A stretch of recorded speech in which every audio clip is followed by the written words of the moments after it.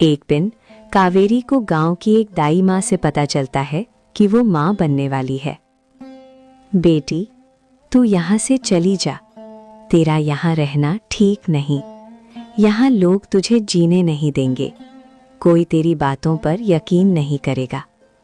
अच्छी तरह से जानती हूँ बेटी, वो विक्रम सिंह का बेटा एक नंबर का आवारा है। लेकिन बेटा, वो पैसे वाले लोग हैं, बड़े लोग हैं। उनके सामने तू नहीं टिक पाएगी। वो इस औलाद को कभी नहीं अपनाएंगे।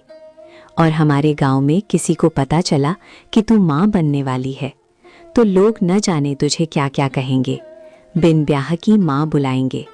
और तू अच्छे से जानती है बेटा, ऐसी औरत को लोग किस नज़र से देखते हैं और क्या क्या गालियाँ देते हैं। तू यहाँ नहीं जी पाएगी। तू ये गांव छोड़कर कहीं और चली जा। कावेरी दाई माँ की बात मान लेती है और किसी और गांव में जाकर रहने लगती है और किसी तरह लोगों के घर काम कर अपना गुजारा करती है। सालों बीत जाते हैं। कावेरी का लड़का अभिमन्यु अब बड़ा हो चुका है। अभिमन्यु स्वभाव का बहुत निडर होता है और बेहद अक्लमंद भी होता है। एक दिन कावेरी के पास एक औरत आकर बोलती है, एक कावेरी, अपने अभिमन्यु को समझा के रख। उसकी हिम्मत कैसे हुई मेरे बेटे पर हाथ उठाने की। आने दो उसे, मैं समझाती हूँ। वो आइंदा ऐसा कुछ नहीं करेगा। तेरे बेटे का ये पहली बार नहीं है। सारा गांव उससे परेशान है। वो अपने आप को समझता क्या है, जब देखो तब दबंगिरी दिखाता रहता है। ठीक से रहना है तो रहो, नहीं तो दोनों के दोनों निकलो इस गांव से। पता नहीं कौन है, कहाँ से आए हैं, इतने सालों से हमारे गांव में रहने दे रहे हैं। यही एहसान मानो। और पता नहीं ये अभिमन्यु किसकी औलाद है, किसका बेटा पाल रही है। ना बाप का पता है ना परिवार का। देख कावेरी, आखिरी चेतावनी दे रही हूँ। आइंदा मेरे बेटे पर हाथ उठाने की कोशिश की तो मुझसे बुरा कोई नहीं होगा। वो औरत गुस्से से वहां से चली जाती है।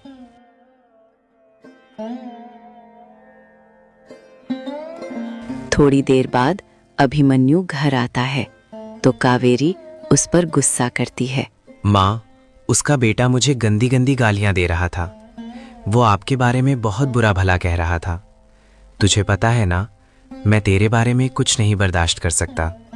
माँ, आखिर तू मुझे बताती क्यों नहीं कि मेरे पिताजी का नाम क्या है, मेरे पिताजी कौन है?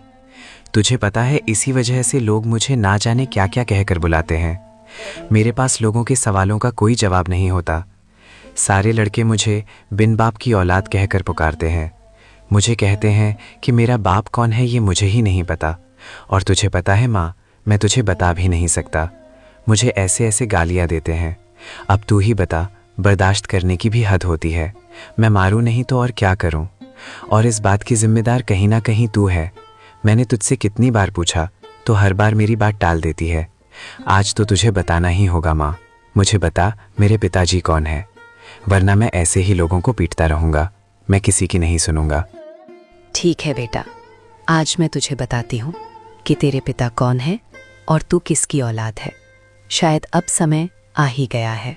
कावेरी अभिमन्यु को सारी बातें बताती है।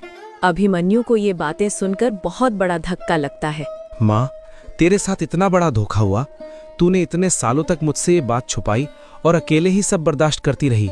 मैं तुझे वादा करता हूँ माँ, मैं इसका बदला जरूर लूंगा। अब तू अकेली नहीं है माँ, तेरा अभिमन्यु तेरे साथ है, जो हजारों पर भी अकेला ही भारी है। मैं उसे ऐसा सबक सिखाऊंगा कि वो मरते दम तक नहीं भूलेगा। बेटा, मुझसे एक वादा और कर।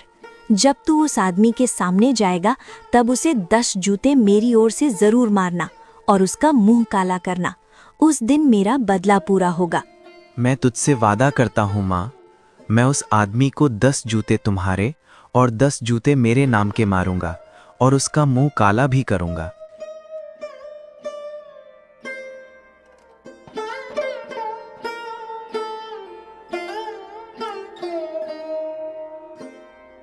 दूसरे दिन अभिमन्यु आर्यन का पता लगा लेता है।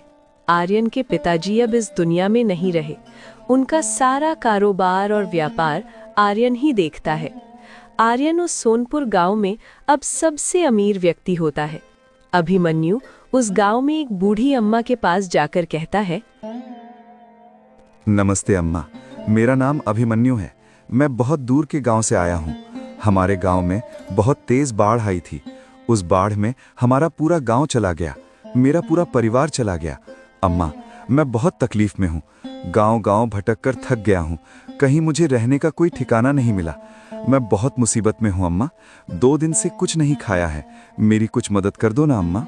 उस बूढ़ी अम्मा को अभिमन्यु पर तरस आ जाता है और वो उसे खाने के लिए देती है। तुम परेशान मत हो बेटा, तुम यहाँ रह सकते हो। वैसे भी मेरा भी इस दुनिया में कोई नहीं है। तुम यहाँ रहोगे तो मुझे भी सहारा हो जाएगा। और बेटा, यहाँ तुझे काम भी मिल जाएगा। तो कल ही इस गांव के जमींदार के पास जाकर उनसे काम मांगना। उनके पास काम की कोई कमी नहीं है। बहुत से लोग काम करते हैं और वो बहुत रईस है बेटा। उनके पास पैसों की कोई कमी नहीं। बहुत से जमीन जायदाद है और उनका जो मालिक है वो भी इकलौता है। उसका नाम आर्यन है। उसका भी इस दुनिया में कोई नहीं है। पता नहीं क्यों, लेकिन उसकी शादी ही नहीं हो पाएगी। उसके पिताजी ने उसकी शादी करने की बहुत कोशिश की, लेकिन हर बार कोई ना कोई गड़बड़ी हो जाती, कुछ ना कुछ अनर्थ हो जाता और उसकी शादी टल जाती। और पिछली बार जब आर्यन ने शादी करने की कोशिश की, तब उसके पिताजी की एक हादसे में मौत हो गई। तब से आर्यन ने भी शादी नहीं की। ये सारी बातें अभिमन्यु बहुत गौर से सुन रहा होता है। आर्यन का नाम सुनते ही उसके तन बदन में आग लग जाती है। ये तो कुछ भी नहीं अम्मा। उसके बुरे दिनों की शुरुआत तो आज से होने वाली है। कहीं ना कहीं भगवान भी हमारे साथ है। यही वजह है कि उसकी शादी नहीं हो पाई। उसे भी ऊपर वाले ने जिंदगी भर शादीशुदा होकर भी अकेला ही तड़पने को छोड़ा। लेकिन उसके लिए ये सजा काफी नहीं। उसे तो सजा मैं दूंगा। दूसरे दिन अभिमन्यु आर्यन के आदमी के पास काम मांगने जाता है, तो उसे काम भी मिल जाता है।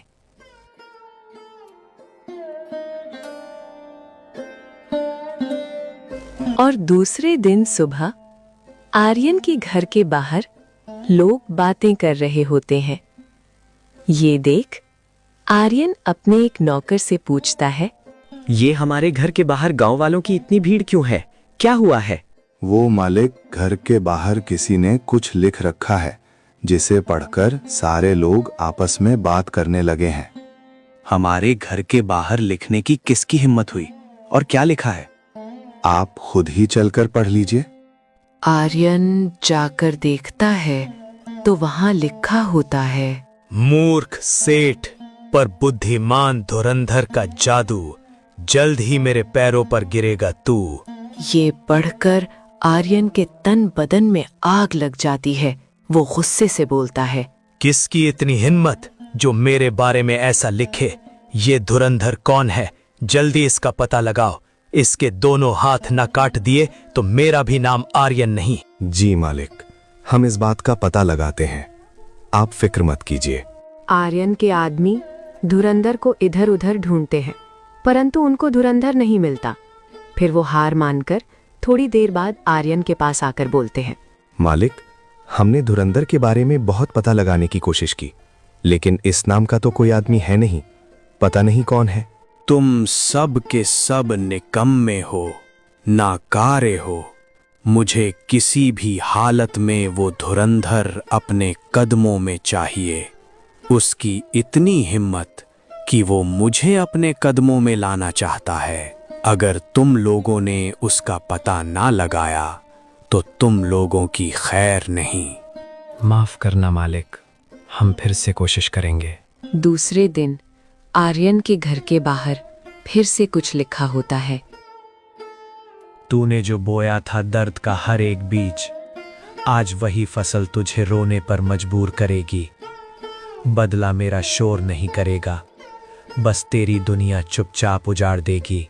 ये देख आर्यन गुस्से से लाल हो जाता है और अपने कमरे में जाकर सोचता है, ये कर कौन सकता है? गांव में किसी की इतनी हिम्मत आ गई जो मुझसे पंगा ले। पूरा गांव मुझसे डरता है। चाहे कुछ भी हो जाए, मैं इस धुरंधर का पता तो लगा कर रहूंगा। ये मेरी दुनिया उजाड़ने आया है। अगर मैंने इसकी दुनिया ना उजाड़ दी तो मेरा भी नाम आर्यन नहीं। एक बार मिल जाने दोबारा कुछ लिखने लायक नहीं बचेगा। आर्यन के आदमी धुरंधर को ढूंढते ढूंढते परेशान हो जाते हैं। उन्हें धुरंधर का कोई पता नहीं चलता। आर्यन भी बहुत परेशान हो जाता है और फिर वो गांव में ऐलान करता है कि जो कोई भी धुरंधर का पता बताएगा उसे बहुत बड़ा इनाम दिया जाएगा। इस इनाम के चलते एक मंगल नाम का आदमी आर्यन के पास जाकर बोलता है, मालिक, मैं धुरंधर का पता लगाऊंगा। मुझे एक मौका दीजिए मालिक, मुझ पर यकीन कीजिए। ठीक है, अगर तुमने उस धुरंधर का पता लगा लिया और उसे हमारे सामने पेश कर दिया तो मैं तुम्हें पूरे 500 सोने के सिक्के दूंगा। मंगल बहुत खुश हो जाता है और धुरंधर का पता लगने लगता है। इधर अभिमन्यु अम्मा से कहता है, अम्मा, ये धुरंधर कौन है और क्या बात है? गांव के लोग कुछ यही नाम लेकर बात कर रहे थे। पता नहीं बेटा, लेकिन धुरंधर की वजह से आर्यन बहुत परेशान है और हमारे ही गांव का जो मंगल है ना, उसने धुरंधर को पकड़ने का बेड़ा उठाया है। सुना है उसे पूरे 500 सोने के सिक्के मिलने वाले। अच्छा, ये बात। अभिमन्यु एक योजना बनाता है और मंगल के पास मुंह पर कपड़ा लपेटकर जाकर कहता है, सुनो मंगल भैया, मेरे पास धुरंधर के बारे में एक बहुत अच्छी खबर है। अगर आप मुझे उन सिक्कों में से थोड़े सिक्के दे दें तो मैं आपकी मदद कर सकता हूँ। तुम कौन हो और चेहरे पर ये कपड़ा क्यों लपेट कर रखा है? ये कपड़ा निकालो। और तुम धुरंधर के बारे में क्या जानते हो? नहीं मंगल भैया, मैं ये कपड़ा नहीं हटा सकता क्योंकि धुरंधर कहीं भी हो सकता है।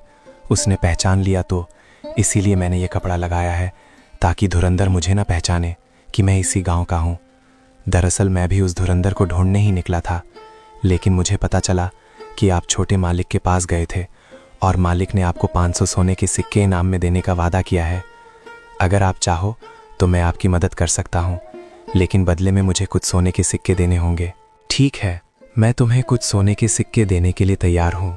बताओ, क्या बताने वाले थे? तुम्हें उसके बारे में क्या पता है? दरअसल वो धुरंधर एक बहुत बड़े गिरोह का आदमी है और उस गिरोह की ये पहचान है कि वो सारे लोग गंजे हैं, उनके सिर पर बाल ही नहीं है। ये धुरंधर की बहुत बड़ी पहचान है। उसकी आंखों में धूल झोंकने का ये बहुत अच्छा मौका है। अगर तुम अपने सिर के बाल मुंडवा लो और गंजे बन जाओ, और इस गांव के बाहर जो जंगल है वहाँ एक तालाब है, तुम वहाँ जाकर बैठ जाओ तो धुरंधर तुम्हें मिल सकता है। धुरंधर तुम्हें देख यही सोचेगा कि तुम उसके ही गिरोह के आदमी हो और वो तुम्हारे सामने आ जाएगा और सारे लोग रात में वहीं मिलते हैं। मैंने सुना है वो रात में ठीक 11 बजे वहाँ मिलते हैं। तुम सच कह रहे हो, तुमने मेरी बहुत बड़ी मदद की है। मैं तुम्हें ज़रूर सोने के सिक्के दूंगा, बस एक बार वो धुरंधर मेरे हाथ आ जाए। मैं जाने से पहले अपने सर के बाल मुंडवा लेता हूँ। और फिर अभिमन्यु साड़ी पहनकर एक औरत के भेष में मंगल की पत्नी के पास जाकर बोलता है, अरे ओ बहन, तुमने सुना है हमारे सोनपुर गांव में कुछ चोर घुस आए हैं? क्या बात कर रही हो बहन? क्या सच में? हाँ हाँ बहन, मैं सच कह रही हूँ। रात में ज़रा संभल कर रहना। और हाँ, मैंने तो ये भी सुना है उन चोरों की पहचान है कि वो सारे चोर गंजे हैं। अगर रात में तुम्हें ऐसा कोई गंजा आदमी दिखे तो तैयार रहना, पहचान जाना कि वही चोर है। उसे इतना मारना कि अपने पैरों पर चलने के लायक न रहे। तुम्हारा बहुत बहुत धन्यवाद बहन, अच्छा हुआ तुमने बता दिया। आज रात को तो मेरे पति भी घर पर नहीं है, वो धुरंधर को पकड़ने जो जा रहे हैं। मैंने उन्हें कितना कहा कि धुरंधर को पकड़ना आपके बस की बात नहीं, लेकिन फिर भी वो मेरी कहाँ सुनते हैं। उन्हें 500 सोने के सिक्के जो दिखाई दे रहे थे। अब रात के समय तो मैं और मेरी सास अकेली ही हैं। अच्छा हुआ तुमने बता दिया, हम रात में सतर्क रहेंगे। और फिर